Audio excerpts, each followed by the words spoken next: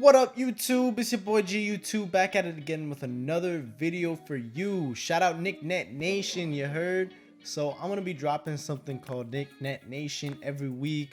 For the most part, trying to catch you up on the latest KNICK news, anything that happens this week, a recap of their week, their upcoming week, just any good news, bad news, interesting news in general coming from New York basketball. I'm gonna bring it to y'all every week. So be on the lookout for this to be a continuing thing going forward, along with other interesting NBA content around the league. So without further ado, let's jump right into the video. So let's start off with the Brooklyn Nets. The Brooklyn Nets, they've been on fire, man, and this week they continued that reign of fire that they just taken the league by storm. Yes, taking the league by storm ever since that James Harden trade. They've won 17 out of their last 19 games, of which one of them they did lose to Orlando this week. That was a tough loss to see Harden shooting like 20-something percent, 30-something percent from the field. Even though Kyrie did drop 43, it just wasn't enough. And this is something that I did mention in my Brooklyn Nets video, which is in the description if y'all want to go look back at it. If one star is out, which Durant is right now, and one of their stars is struggling, like Harden did, you're going to see a lot of games like this, of which I did say is rare, of which is reflective of them winning 19 or 17 out of their last 19. But when it does happen, that's going to be the reason why it happens, because Harden was struggling. Even though Kyrie definitely had a great game, still wasn't enough when you don't have any defense. You let the Magic drop 121 points on your head top. Aaron Gordon dropped 38 on your head.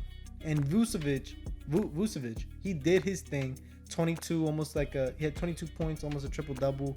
But I told you, that's something that you should expect from the Nets, and you shouldn't expect anything less. Those days are rare, but when it does happen, it's tough to watch, and that was a tough to watch game, to be honest. Nobody else really was able to step up. Harden had like 9 assists, but overall it was a solid week. Very, very good game against New York. That was a great game to watch. If you missed it, you missed out, man. The Battle of New York. I'm looking forward to future meetings between these teams. I don't know when the next time they meet, or if they meet again this season. Yes, their next and final meeting is on April 5th. So in a couple of weeks. That's gonna be fun to watch. The Battle of New York. They beat up on Indiana. They were in control of that game the whole time. We already went over Orlando. They dropped the ball on that one. Washington, Irving and Harden did have good games from dropping 28 and 26 respectively, but they didn't shoot the ball that efficiently. It was like 42% from the both of them. So that's why Washington was in this game. They definitely had, I think, Nicholas Claxton pull up with like 16 points. So shout outs to him for stepping it up. I think Blake Griffin also made his debut in Washington. So I think he played like 15 minutes, only had like a couple boards. I didn't get to watch too much of that game earlier. I was definitely keying in on that Knicks game that happened, which I'll go over later. But he looked okay. He's trying to brush off the rust. It's a very interesting. I want to see what type of role he's gonna have on this team. Maybe as a spark in the second unit. They don't have somebody that can consistently create for them in the second unit, so that'll be interesting to watch. How they're gonna utilize him, and like even mixing him in with Harden and Kyrie, and when Kevin Durant comes back in about 1 or 2 weeks.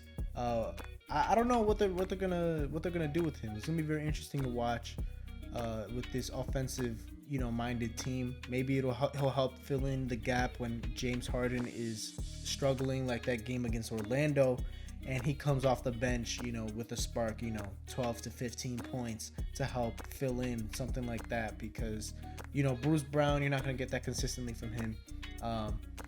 The TLC, you might get that from him every once in a while, but maybe Blake Griffin is a bit more reliable for that, so maybe they'll use him for that. I'm tempted to see. I'm keeping my expectations wide open. I'm not expecting anything from him, but we'll see how they utilize him in the future. Their upcoming games, they got Portland and Utah.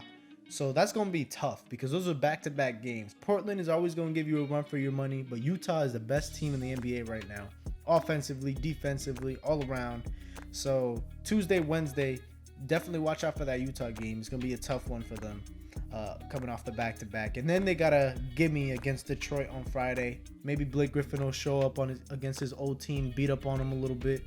That should be an easy game. So I'm expecting them to at least win that game. They should win Portland. They should come out 2 out of 3 at least in this week. So because then after that, they do have a very easy schedule. So if they drop a couple games here, not too bad because they got Minnesota, Houston, Charlotte as their next 3 games after they play Detroit. So not looking very hard for them in the near future. And now moving on to the New York Knicks. The Knicks had a tough week this week, dropped several games, several close nail biters. They did pull one out against Orlando. Randle has 17 assists, man. Shout out Julius Randle. That man is having a great season, breakout season for him. But we dropped a lot of games this week that could have been winnable. Starting with that Brooklyn Nets game. At the end of the day, the Nets came and did what they do best. I just moved my camera. My bad. They did do what they do best. Harden had a good game. Kyrie showed up. And then against Philly, Randle really didn't show up too much offensively. He was kind of struggling until they tried to make a last-minute push. He struggled in the first half. Only had 19 points. He did have 15 boards, but at the end of the day, it wasn't enough. RJ was having a little bit of a rough game.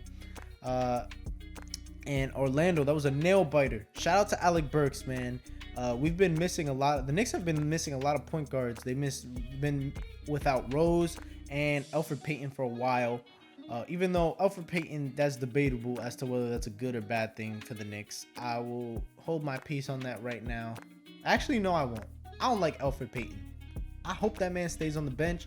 Hope that he recovers from I think some type of illness or it's COVID protocols. Obviously don't want to see somebody like that. But when he comes back, I hope he stays on the bench because I think this team is better off without him, personally. But that is up for debate. I'm not here to debate that right now. I'm here to go over the whole overview of the Knicks this week and their upcoming week.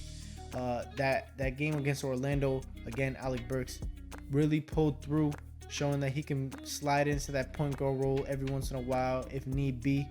And then there was just that game today against Philadelphia. Real tough to watch, man.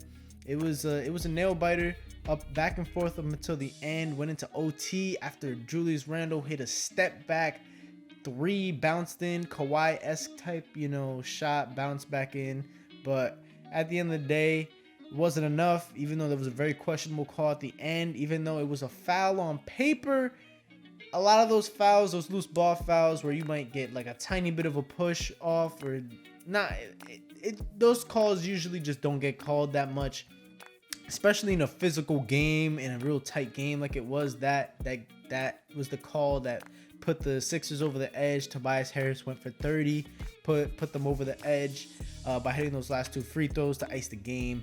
And they're just 3 tough losses this week. The Knicks have to win their next couple of games because right now they're sitting 1 game under 500. They're 20-21, sitting at the 8th seed, and there's a couple teams right on their heels for that spot. They gotta beat Washington. They play Washington Tuesday and Thursday because then after that they're gonna have to play Milwaukee on Saturday and Miami on Monday. So that's gonna be a very tough schedule after that.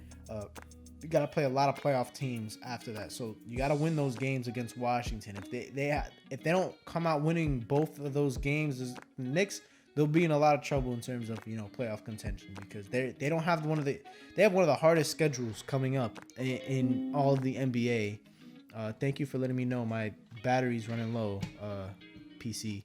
But yeah, they have one of the toughest schedules for the second half, and if they don't win these games, that they need to win, you're gonna find them outside the playoff race and on the outside looking in. So that's really all I got for y'all today. So hope y'all liked this video. If you did, leave a like, drop a comment.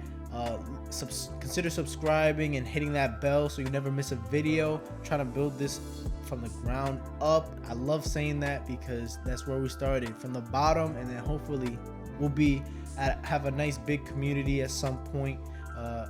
That's really what I'm trying to build here, a community, so that we can just talk about basketball, talk about everything NBA related. So I really don't have anything else for y'all. So until my next video, I'm out.